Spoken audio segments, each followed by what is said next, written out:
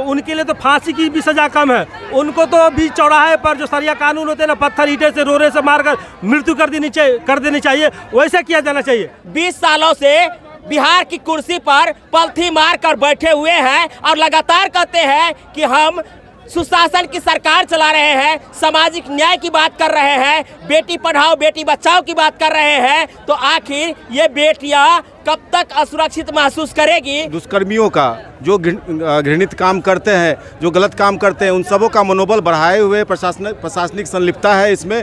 जो पूरे प्रकरण में साफ दिख रहा है कि बच्ची का जो एफआईआर है उसमें भी कुछ खामियां हैं। जो दोषी हैं उनको भी बचाने के लिए कुछ प्रयास प्रशासनिक किया जा रहा है। आज फिर से मधुबनी की धरती पर ये हुंकार युवाओं द्वारा दिख रही है, जहां युवा मांग कर रहे हैं कि कैसी व्यवस्था मधुबनी में बनी है। इन तमाम बातों को हम आपको दिखाएंगे, हम आपको सुनाएंगे मिथिला दस्तक के ढाकर न्यूज़ में। आइए हम आपको बात करवाते हैं। क्या नाम है सर? सुनील कुमार मंडल। क्या कहना चाहेंगे कि मधुबनी में बेटियां कितना सुरक्षित है? आज बेटियों को सड़कों पर चलने में परेशानियां हो रही है या भय हो रहा है, तो ये व्यवस्था आखिर मधुबनी के धरती पर क्यों, जहां मधुबनी अपने आप में शांत स्वभाव वाला शहर रहा है, तो आज ऐसे बलात्कारियों के कारण कलंकित होने के कगार पर है।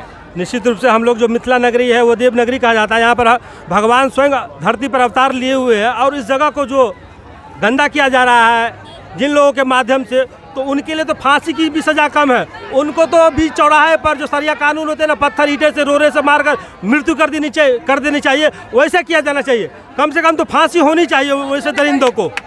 फांसी होनी चाहिए, ये युवाओं की मांग है। हम युवाओं से बात करना चाहेंगे कि ऐसे में मधुबनी की जो धरती है आखिर कब तक कलंकित होती रहेगी ऐसे दरिंदों के कारण। जब तक यहाँ के प्रशासन एक्टिव नहीं होंगे, सजग नहीं होंगे, और जो शराब माफिया है, भू माफिया है, जो गंदे काम करते हैं, उनका मनोबल जो बढ़ा के रखे हैं यहाँ के प्रशासन, उनको इस चीज़ से सुधारना होगा।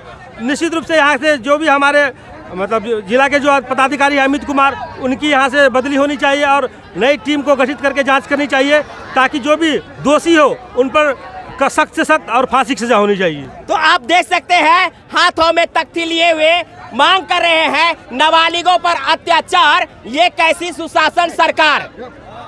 ये बिहार सरकार लगातार 20 सालों से बिहार की कुर्सी पर पलथी मार कर बैठे हुए हैं और लगातार कहते हैं कि हम सुशासन की सरकार चला रहे हैं, सामाजिक न्याय की बात कर रहे हैं, बेटी पढ़ाओ बेटी बचाओ की बात कर रहे हैं। तो आखिर ये बेटियां कब तक असुरक्षित महसूस करेगी? इसी के आलोक में ये आपको आवाज़ मिथिला की धरती मधुबनी से आपको सुनाई दे रही होगी। हम आपको एक भाई साहब हैं, उनसे बात करवाते हैं कि मिथिला में खासकर जहाँ पान मखान और माछ की बात की जाती हो, यानी मिठास की बात की जाती हो, तो ऐसे में ये मिठास आखिर कड़वा क्यों होता जा रहा है? देखिए, ये मिठास कड़वा इसलिए होता जा रहा है क्योंकि हमारे समाज में लोगों का नैतिक पतन हो चुका है। नैतिक पतन होने के पीछे तो ऐसा एक दिन में नैतिक पतन नहीं ना होता है जी। और इसमें जिस तरह से दुष्कर्मियों का जो घृणित काम करते हैं, जो गलत काम करते हैं, उन सबों का मनोबल बढ़ाए हुए प्रशासनिक संलिप्तता है इसमें। जो पूरे प्रकरण में साफ दिख रहा है कि बच्ची का जो एफआईआर है उसमें भी कुछ खामियां हैं। जो दोषी हैं उनको भी बचाने के लिए कुछ प्रयास प्रशासनिक किया जा रहा है ताकि केस को कमज़ोर किया जाए। तो बिना प्रशासनिक संलिप्तता का इतना बड़ा दुष्कर्म नहीं हुआ है। इसमें प्रशासन तुरंत कार्रवाई करते हुए अमित कुमार को यहाँ से त्वरित ट्रांसफ़र किया जाए, और ताकि निष्पक्ष जांच हो सके और दोषियों को फांसी की सज़ा, जैसा कि आप पूरे आवाज़ यहाँ गूंज रहा है इस श्री हाई स्कूल की धरती से कि एक स्वर में पूरा नगर निगम वासी एक स्वर में कह रहे दोषियों को फांसी दो, फांसी दो। मुद्दा शांत नहीं होगा। मुद्दा है कि सबसे पहले इसकी निष्पक्ष जाँच होनी चाहिए, क्योंकि दोषियों को तो आपने पकड़ा है, लेकिन और भी लोगों की इसमें संलिप्तता हो सकती है, इसकी भी जांच होनी चाहिए। क्यों नहीं इस एफआईआर को पोस्को एक्ट के तहत दर्ज कराया गया? इसमें साफ दिख रहा है कि अगर लड़की माइनर है और उसका उम्र ज़्यादा दिखाया गया है, आपने इसको पोस्को एक्ट से क्रिमिनल को बचाने का काम किया है। बच्चियों को पॉस्को एक्ट नहीं लगाया जाता है, इसके पीछे रीजन क्या हो सकता है? इसके रीजन साफ है कि पॉस्को एक्ट में अगर बलात्कार होता है, अगर कोई लड़की बालिग है, उसका बलात्कार में जो क्राइम का जो हीनियसनेस का जो आता है वो कम होता है। जब आप पॉस्को, अगर बच्ची 18 साल से छोटी है, पॉस्को एक्ट में आता है, माइनर होती है, तो उसमें वो हीनियस क्राइम के जोन में आता है। उसमें कड़ी से कड़ी दंड दी जाती है कोर्ट के माध्यम से।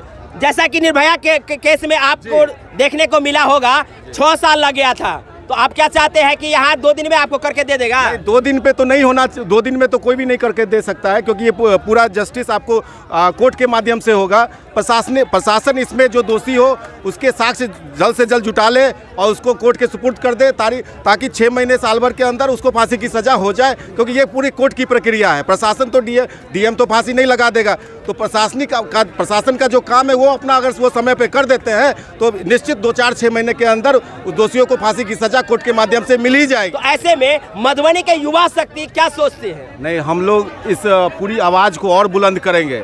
हम लोग अगर यहाँ डीएम नहीं हमारी आवाज़ सुनेगा तो डीआईजी तक, पटना तक हम लोग जाने की क्षमता रखते हैं। और एक पॉलिटिकल पार्टी के वर्कर है, ठीक है, हमारी सरकार है, हो सकता है कि मेरा इस भीड़ में उपस्थित होना भी बहुत हमारे पार्टी के लोगों को गवारा नहीं होगा, लेकिन बात यहाँ नैतिकता की है, समाज की है, तो मैं समाज के साथ हूँ। जरूरत पड़ेगी तो ऊपर तक हम लोग जाएंगे। इस बात को सदन तक ले जाने का किसी भी माध्यम से हमारे इतने सारे जनप्रतिनिधि जीत के आए हैं, हम लोग उनसे आग्रह करेंगे इस बलात्कार की घटना को सदन में चर्चा करें।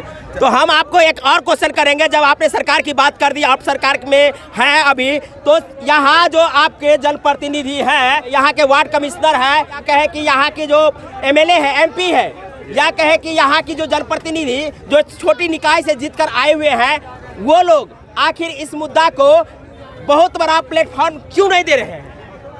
ये सवाल आप जरूर जाके उनसे पूछिए, ये मीडिया का काम है ये सवाल पूछना। आप जरूर जाइए हमारे एमपी के पास, हमारे विधायक के पास, पूछिए। सवाल तो बनता है कि उनसे भी हम प्रश्न करें, लेकिन यहाँ जब लोगों के सर से ऊपर पानी बह रही है तो यहाँ लोगों की तादाद आप समझ सकते हैं, उसी से आप आकलन लगा सकते हैं कि मधुबनी में किस प्रकार की व्यवस्था है। क्या नाम है? मनु कुमार। क्या कहना चाहेंगे? दोषियों की फांसी हो। क्या कहना चाहेंगे? फांसी हो। क्या कहना चाहेंगे? फांसी हो, फांसी हो। तो ये लगातार यहाँ से आवाज उठ रही है कि दोषी को कड़ी से कड़ी सजा मिले, इसके लिए लगातार मधुबनी के युवाओं द्वारा आवाज बुलंद की जा रही है, हुंकार भरी जा रही है। तो निश्चित रूप से आप लोग भी इस वीडियो को अधिक से अधिक शेयर कीजिए और युवाओं ने जो अपनी राय रखे हैं, अपनी जो अभिव्यक्ति रखे हैं, इस पर आप लोगों की क्या अभिव्यक्ति है, आप लोग का कमेंट आना चाहिए। तो निश्चित रूप से आप लोग कमेंट करके बताएंगे और उस बच्ची को, उस पीड़ित परिवार को और मिथिलांचल की बेटी को कैसे सुरक्षित की जाए, उन्हें कैसे न्याय मिले, इसके लिए आप लोगों को इस वीडियो को अधिक से अधिक शेयर करने की आवश्यकता है। बहुत बहुत धन्यवाद। जय हिंद, जय भारत, जय मिथिला।